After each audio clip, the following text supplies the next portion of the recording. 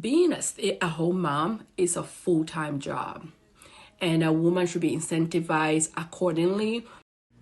I just saw a client of mine, a lady who just had a baby. Baby's about 4 months old, and we're talking of, oh no, a baby's about 6 months going on 7 months. And I said, are you working? Are you back to work yet? She's like, no, I don't work. And I said, you don't work? Of course you work. You have 2 kids. You have a 6-month-old, almost 7 month old. You have, I think the other one is 4 years old, going on 5. But this is how society has conditioned us women. When you're a stay-at-home mom, you're not a leisure wife. A leisure wife, it's like, you just do your nails, pedicures, manicures, traveling, get all this, pumpers. The stay-at-home mom is work, and you should be asking to be compensated accordingly. Okay, bye.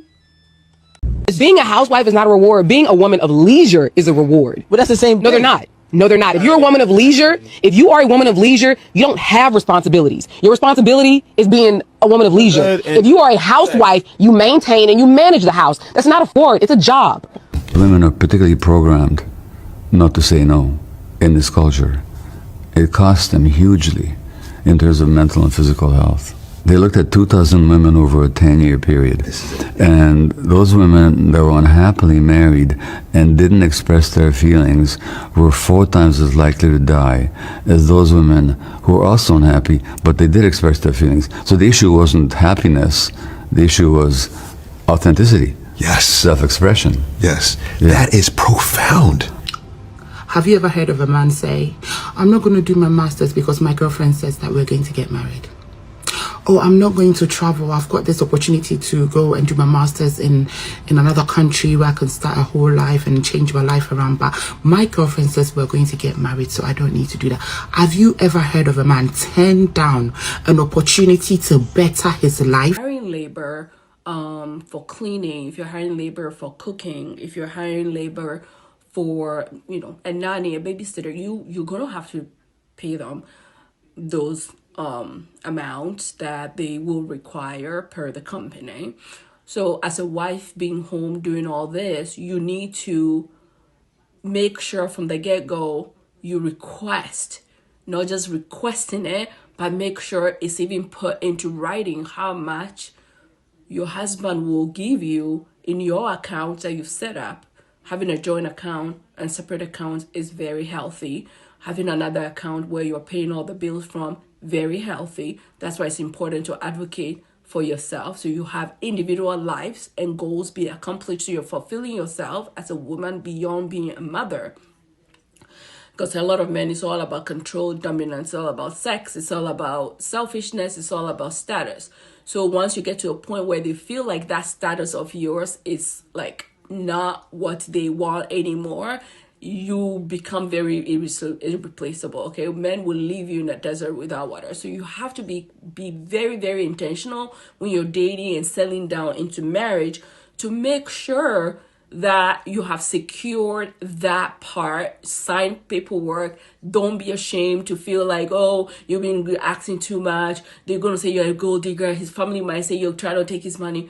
No, you are stay-at-home mom. You should be compensated for that. You shouldn't just sit there for him to give you money when he feels like it, when he's the one running the show. See, many of us African women, especially because of the patriarchal mindset, we give our men so much reverence and respect. And this is why even in the church communities, we reverence our pastors so much. What our pastors say, well, the pastor has found me a wife, or a husband, whatever. So you go with it without using your own mindset. They brainwash you to the point where you are so vulnerable that you don't even take a minute to say, is this person a pastor, a man, whatever? You're so desperate to be married. So they say, oh, the person you just married, he has a great job, he has businesses. So then that's it. You don't check his character. How is his family like? These are things that we are saying. Some of big aunties here on this age to say, we didn't do it, or we were not taught some of these skills as young women going into some of these marriages, or you don't have a mother who is strong enough to teach you these things,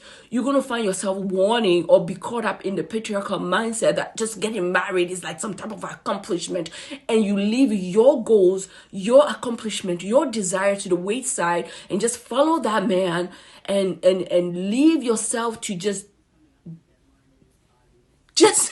disintegrate. Okay, it's very sad when you watch some of these married women. I've been married for over a decade, and it's really sad when you have a partner who has my way or no other way mentality.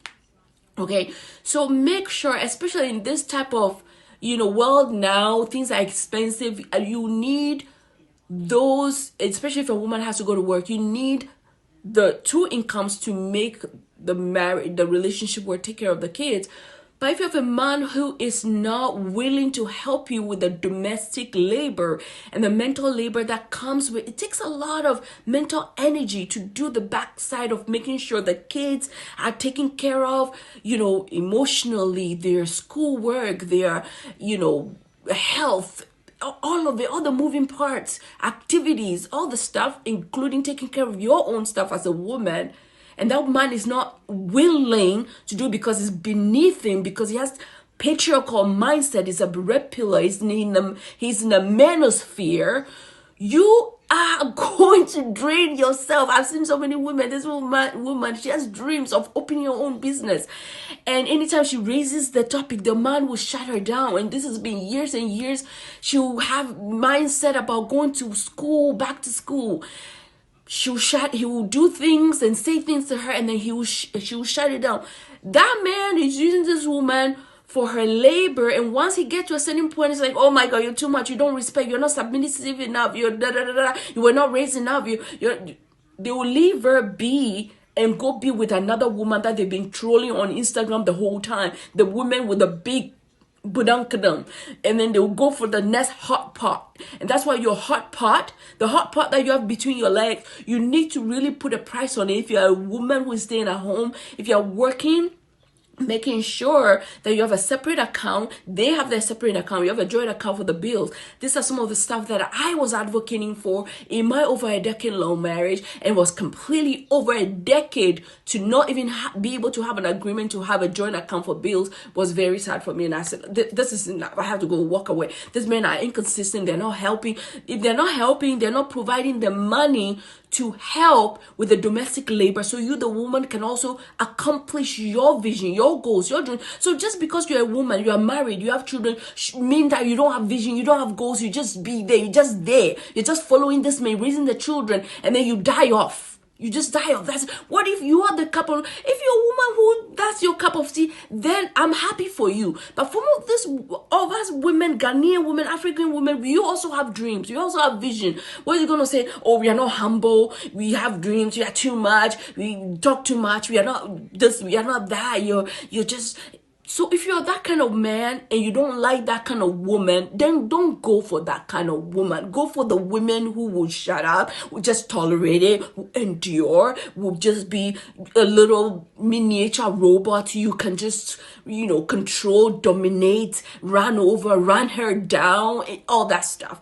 Because I'm telling you, women, if you do that, you sacrifice yourself, you don't stand up for yourself, and you with fear of, oh, my marriage is going to ruin because if I speak up, he's going to leave me. He's going to leave you anyway.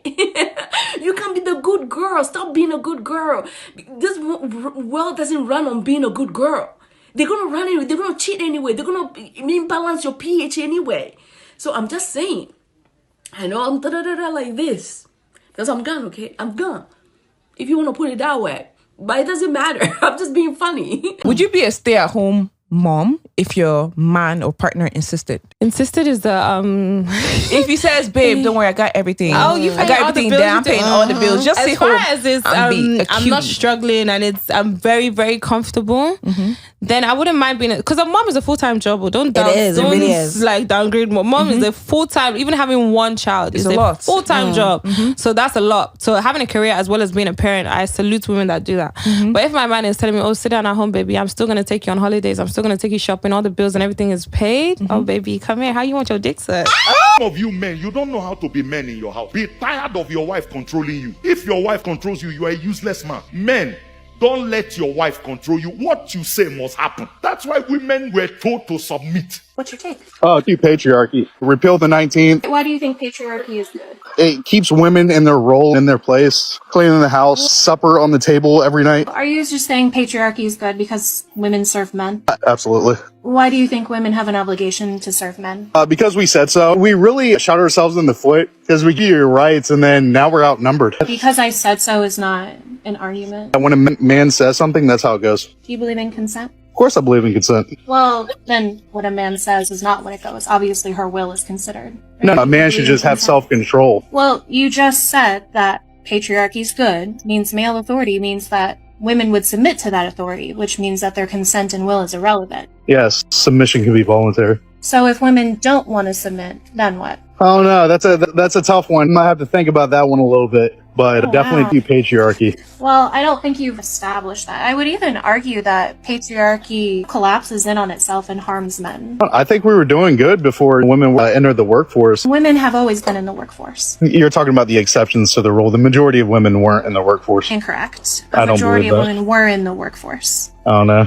And you're talking about the exception. You're talking about bourgeoisie white women. No, I don't believe that to be true. It is very much true. What is your source? History. Can you give something specific? I can't give you a source at the moment. No. So you're just coming up here just to tell us your I feelings? was invited. You did join. You could have declined. I'm not going to be rude. You are being rude, so I don't think it's rude that you want to oppress and subjugate women. No, Why is that not rude? Why shouldn't we have a matriarchy then? I'm not going to take orders from a woman. Why not? It's just not going to happen. Wait, the fact that you're up here shows that you took orders. Because it was an invitation. She No, it said wasn't. if you're gonna chirp in the comments, come up, and you That was after. you came up. You took an order. Being a housewife is not a reward. Being a woman of leisure is a reward. But that's the same No, they're not. No, they're not. If you're a woman of leisure, if you are a woman of leisure, you don't have responsibilities. Your responsibility is being a woman of leisure. If you are a housewife, you maintain and you manage the house. That's not a reward. It's a job. Whether it's only 20 hours a week, it's still a job. If there's no If you're trying to reward me because I was there through the tough times, let me be a woman of leisure. Let me be a kept woman. That is a reward. Rewarding me with washing dishes is not a reward. Women are particularly programmed not to say no in this culture. It costs them hugely in terms of mental and physical health. They looked at 2,000 women over a 10-year period, and those women that were unhappily married and didn't express their feelings were 4 times as likely to die as those women who were also unhappy, but they did express their feelings. So the issue wasn't happiness, the issue was authenticity. Yes. Self-expression. Yes. Yeah. That is profound. It's frightening. It's frightening. But why are we not talking about that? I mean, so you say 4 times more likely to die by simply not expressing. Yeah. We live in a society which very much is dependent on roles. And roles depend on how other people see you. So we all want to be seen in the best possible light. And society punishes us for being authentic. Have you ever heard of a man say, I'm not going to do my master's because my girlfriend says that we're going to get married? Oh, I'm not going to travel. I've got this opportunity to go and do my master's in another country where I can start a whole life and change my life around. But my girlfriend says we're going to get married, so I don't need to do that. Have you ever heard of a man turn down an opportunity to better his life because he's going to get married to a woman? Have you ever heard that? No, but my gender...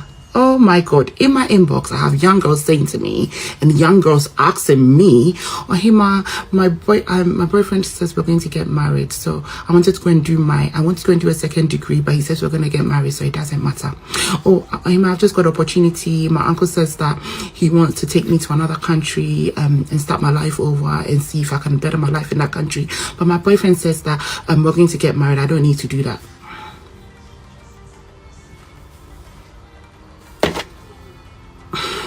Young ladies, do not miss an opportunity to better your life.